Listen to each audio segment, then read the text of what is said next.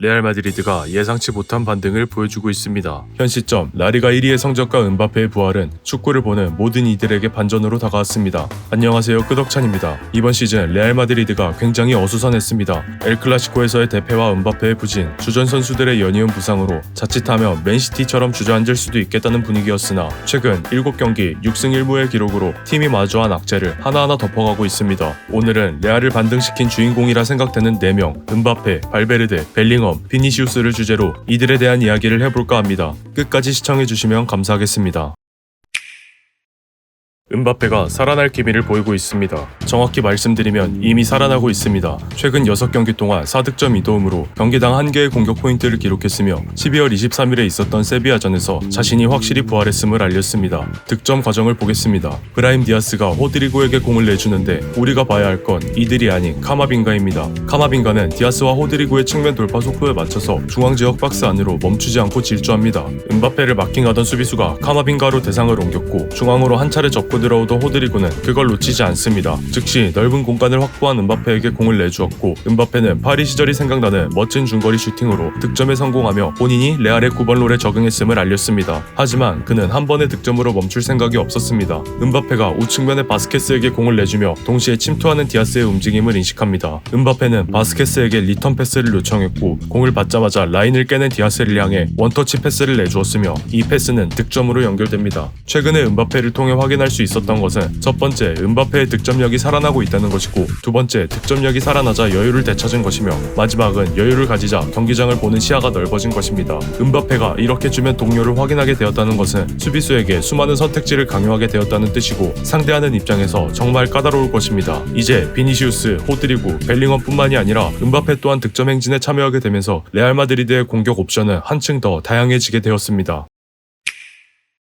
발베르데는 필드 위 어디에서나 있습니다. 그는 레알에서 원톱, 센터백, 왼쪽 풀백, 골키퍼를 제외한 모든 포메이션으로 출전했으며 그의 포지션 소화 능력은 박지성과 제임스 밀러를 생각나게 합니다. 그의 공격 지표를 보면 이미 예상골 수치보다 5배가 넘는 수치를 기록하고 있습니다. 라리가로 한정 짓는다 해도 5골 2도움이라는 기록은 포지션을 가리지 않고 뛰는 선수가 이게 맞나라는 생각이 들게 합니다. 예상 도움 수치마저 소폭 뛰어넘는 모습을 보여줬다는 것은 그저 그의 공격 능력이 굉장히 뛰어나다는 증거라고 할 수 있습니다. 또한 패스 정확도나 성공한 패스도 이미 최상위 클래스이지만 제가 강조하고 싶은 건 롱패스 부분입니다. 포지션을 가리지 않고 뛰는 중앙 미드필더가 필드 위 어디로든 정확한 롱패스를 공급할 수 있다는 것은 언제든지 반대 전환을 할 수 있다는 뜻이며 이는 상대 수비수에게 체력적인 부담을 강요하게 됩니다. 예를 들어 상대의 압박을 자신에게 집중시키고 멀리 떨어진 선수에게 공을 내어주면 상대팀은 공을 받은 선수를 향해 다시 압박하러 가야 합니다. 발베르데는 길고 짧은 패스를 가리지 않고 이러한 플레이를 계속 발전시키고 있으며 소위 말하는 축구 도사가 되어가고 있습니다. 또한 발베르데는 정확하고 다양한 종류의 킥에 능숙합니다. 사전 동작이 굉장히 빨라 수비수가 막기 힘든 유형이며 인사이드와 아웃사이드 킥의 사용처를 정확히 알고 있고 무엇보다 정확도가 높은 킥이 강하기까지 합니다. 발베르데의 시즌 5골은 모두 박스 바깥에서 발생했는데 이런 킥력은 은퇴한 토니 크로스를 떠올리게 합니다. 미드필더로서 크로스나 모드리치의 대체자일 뿐 아니라 지난 시즌 엄청난 활약을 펼친 카르바알의 대체자로서 주전 윙백까지 소화할 정도로 수비 능력도 훌륭합니다. 종합적으로 공수 양면으로 뛰어난 활약을 할 수 있는 건 발베르데의 뛰어난 축구 지능이 바탕이 됩니다. 발베르데는 전방위적으로 뛰는 만큼 자신이 어디에 있어야 하는지 정확한 판단을 통해 최적의 위치로 빠르게 자신의 위치를 조정하는데 이를 공격에만 활용하는 게 아니라 수비 시에도 활용합니다. 그러나 발베르데가 공수 양면으로 열심히 뛰는 만큼 그가 혹사당한다는 느낌을 지울 수 없습니다. 레알 마드리드가 많이 어수선한 상황임에도 불구하고 아직도 건재할 수 있는 것은 발베르데가 이들의 중심을 잡아주기 때문이라 생각합니다.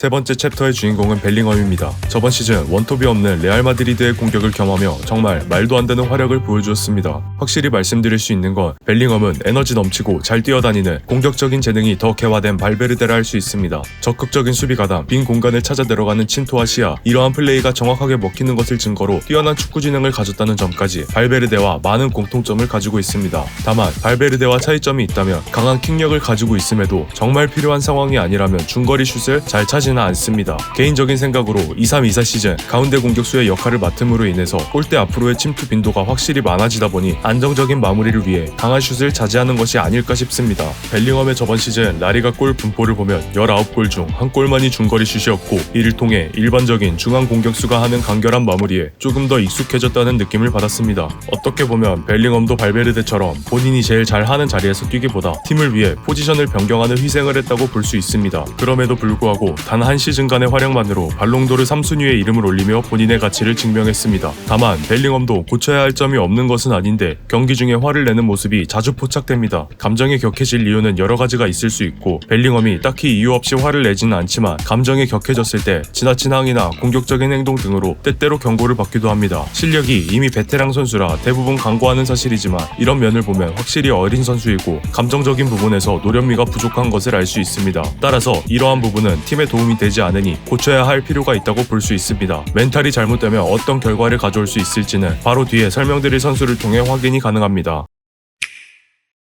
비니시우스는 이번 시즌 레알 마드리드의 모든 대회를 통틀어 21경기 출전 14득점 8개의 도움으로 경기당 1개 이상의 공격 포인트를 기록하고 있습니다. 이미 기량적으로 완성되었다는 평가를 받고 있지만 비니시우스는 끊임없이 진화하는 모습을 보여주고 있는데, 직전 시즌까지는 인사이드 포워드로서 상대방의 박스를 끊임없이 공략하는 크랙의 모습이었다면 올해는 필요에 따라 플레이메이킹도 해내는 모습을 보여주고 있습니다.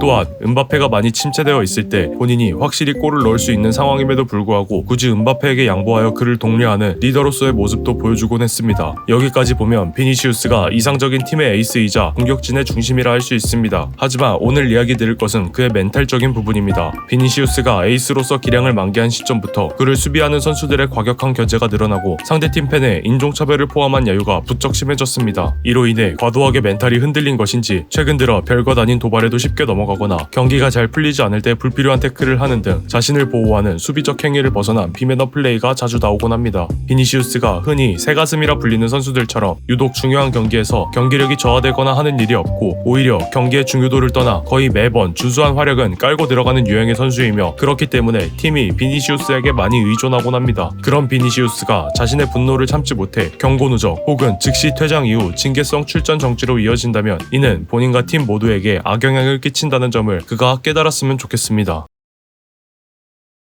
음바페가 한창 부진하다고 욕먹던 11월쯤에 엘클라시코도 참패하고 챔피언스리그에서도 얻어맞고 다녀서 레알 마드리드도 맨시티처럼 주저앉을 줄 알았습니다. 그러나 막상 순위표를 들여다보니 라리가는 1등을 하고 있었고 챔피언스리그에서도 탈락하지 않았습니다. 사실 레알 마드리드 정도의 팀이면 스쿼드의 모든 선수가 다 특별하지만 자기 자리를 찾아가는 음바페, 팀을 위해 헌신하는 발베르데와 벨링엄, 자주 욱하지만 끊임없이 진화하는 비니시우스는 그 중에서도 더 특별하다 느껴졌습니다. 바르셀로나의 메시, 수아레즈, 네이마르나 팀 선배인 호날두, 베일, 벤제마가 역대급 조합이었던 것처럼 어쩌면 이들도 그렇게 되지 않을까 조심스레 생각해봅니다.